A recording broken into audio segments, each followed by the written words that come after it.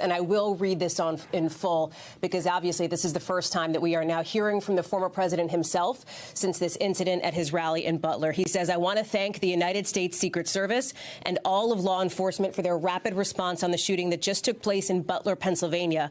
Most importantly," the former president continues, "I want to extend my condolences to the family of the person at the rally who was killed and also to the family of another person that was badly injured." He goes on to say, "It is incredible that such an act can take place in our country." He also adds, "Nothing is known at this time about the shooter who is now dead." The former president says he was shot with a bullet that pierced the upper part of my right ear. You're looking at that online post now. So he is confirming, he says, that he was shot with a bullet that pierced the upper part of his right ear. He says, "I knew immediately that something was wrong and that I heard a whizzing sound, shots, and immediately felt the bullet ripping through the skin. Much bleeding took place, so I realized then what was happening." And he ends this post by saying, "God bless America." So, Lester, some significant questions that are being answered now from the former president here as to what happened, as to how he's doing, as to his state of mind. And again, significant in that he is describing in rather vivid detail the moment when he says that bullet went through his ear.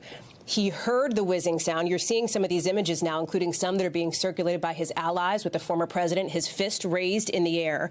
He said he felt the bullet ripping through the skin with a lot of bleeding taking place. What we don't know now is where the former president, is headed next. We understand that he is obviously getting treated at that local medical facility. We know from his son, and I will tell you from other sources that I've spoken with, that he appears to be in good spirits. That is what folks are being told, and that his son, who has spoken with him directly, says.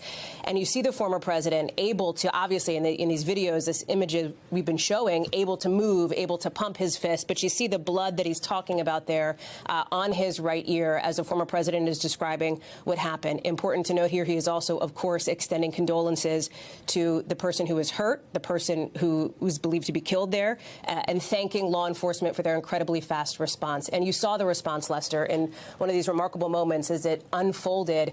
In some quarters, in some places online, there was a live stream of this happening. Obviously, the cameras of every network in the country were on this, given that he is the presumptive Republican nominee, of course, before this happened. And you see the absolute chaos there in Butler that we've been describing from Dasha, from Jillian, from Jake and Bianca and our teams there as